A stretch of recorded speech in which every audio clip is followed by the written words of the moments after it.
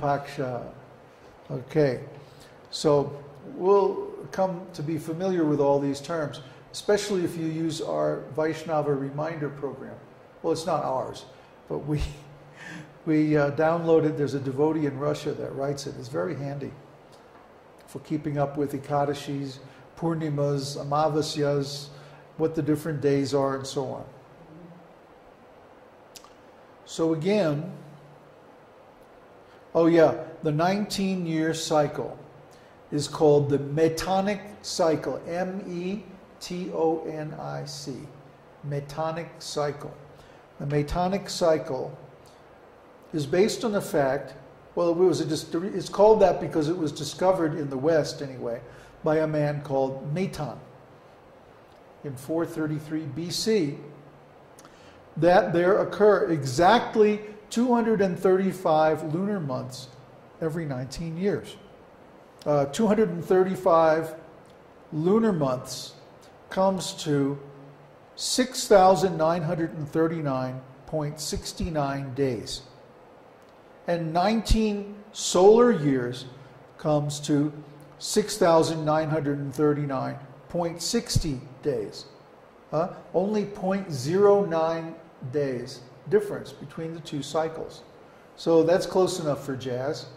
And we find that there are many, many cycles that follow the 19-year lunar solar cycle, or Metonic cycle. It's a cool name, huh? Every 19 years there are 7 intercalary months. So there isn't always an intercalary month in every year. Why is it that they put them in certain years and in other years they're not there? Well, it has to do with the seasons. In the Vedic calendar, the seasons are calculated from the motions of the sun, because the sun is the heat engine that drives the weather.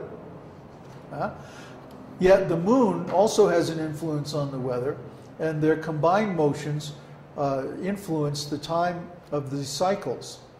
Therefore, the lunar months have to be adjusted every so often when there's no solar ingress into a sign, or if there's 2 solar ingresses into a sign, then we have to insert an intercalary month to adjust everything.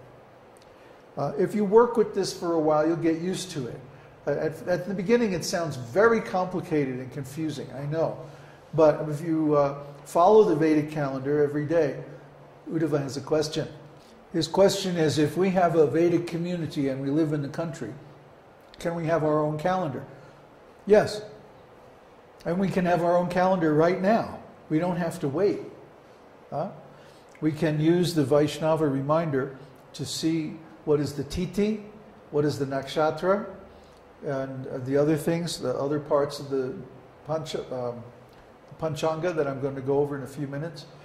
And we can keep our activities in tune with the Vedic calendar. It's just like we always fast on Ekadashi, and whether it's a work day or a weekend or whatever. Because Ekadashi is Ekadashi. You know, it's just like the full moon is the full moon. Whenever it comes in the solar calendar, it's always going to be full. Nature doesn't change to accommodate the Western calendar. It's actually the Western calendar that's unnatural. Yes? That means that, for example, Ekadashi, normally we started on one day, but maybe with what I understand, everything is out of phase. So the actual Ekadashi would start at 10 a.m. instead of 7 or 6 a.m. Oh no, the way Ekadashi works, he's saying that the actual Tithi of Ekadashi might not start on, at sunrise. It might start at another time during the day, and that's right. It can happen like that. The Tithis can start any time during the day. The question is, what is the Tithi at sunrise?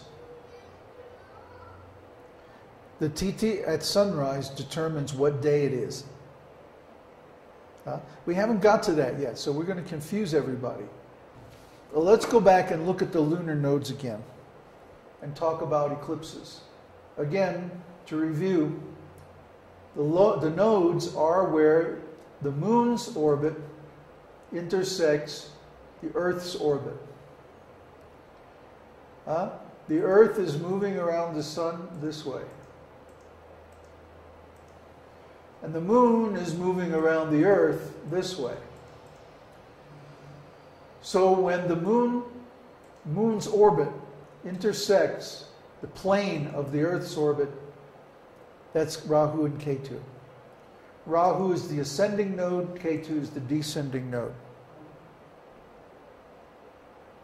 So this is very similar to where the ecliptic crosses the celestial equator, although there's no really name for that point.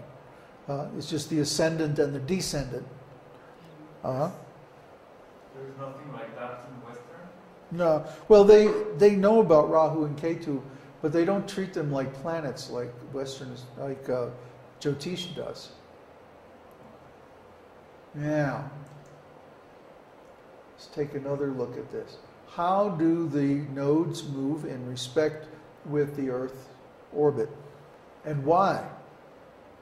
Well, remember when we were talking about the precession of the equinoxes, we were talking about how the Earth is like a top. And when it spins, like a top, when it spins, it starts to go like this. That's called precession. So the Earth's axis is doing that. It takes 26,500 years to precess one time. But also the moon's orbit is doing the same thing. It's precessing. So they precess in a backwards direction from the motion of the planets. The moon is moving this way along its orbit. But the point where the moon's orbit crosses the Earth's orbit, or the ecliptic, is moving backwards. It's moving this way. So after approximately 2 years, the nodes are going to be maybe 30 degrees. Oh, here's the angle, 5 degrees. Yeah, I was thinking it was between 5 and 9 degrees. The angle between the Earth's orbit and the moon's orbit. So about every 2 years it moves approximately 1 sign, or 30 degrees. That means every 24 years the Rahu and Ketu go completely around one time. Notice that Rahu and Ketu are always opposite one another. They're always exactly 180 degrees apart. Now let's look at Rahu and Ketu's influence on eclipses. Oh my God, if there was no moon, this would be a whole different place. Yes, the moon is very important because it's about 1/4 the diameter of the Earth. So the moon's mass has a very strong effect on the tides, the weather, on people. Ask anybody who has worked in a hospital emergency room. All the really crazy stuff happens around full moon. It's a fact. Statistically, there are more surgical accidents, more bleeding, more, just people going crazy and stuff right around the full moon. The tides are also very high around full moon and also around new moon. So yeah, the moon is a very important part of what it means to be born on planet Earth. When somebody goes crazy, we call them loony. Loony, loco. Huh? Lunatico, see. So, okay, what is this geometrically? This diagram looks at the orbit of the moon from the side. The sun is over here. Here's the Earth and the Earth's shadow. Here's the moon and the moon's shadow. And we see the inclination of the moon's orbit from the side. In other words, at this point, let's go back. Rahu and Ketu are right angles to the sun. The sun would be over here, shining this way. And Rahu and Ketu are right here. So we're seeing that when the moon is full, and when the moon is new, that they're at an inclination of 5.2 degrees to the ecliptic. Therefore, there is no way that an eclipse can happen. You see? That would be the situation here and here. When the moon is new, it's here. When it's full, it's here. When the moon is new and full, it's there. Too far above the plane of the ecliptic to cause an eclipse. The sun and moon miss each other, or the Earth's shadow and the moon miss each other. But when the Earth is at this point in its orbit, or this point in its orbit, then, looking at this,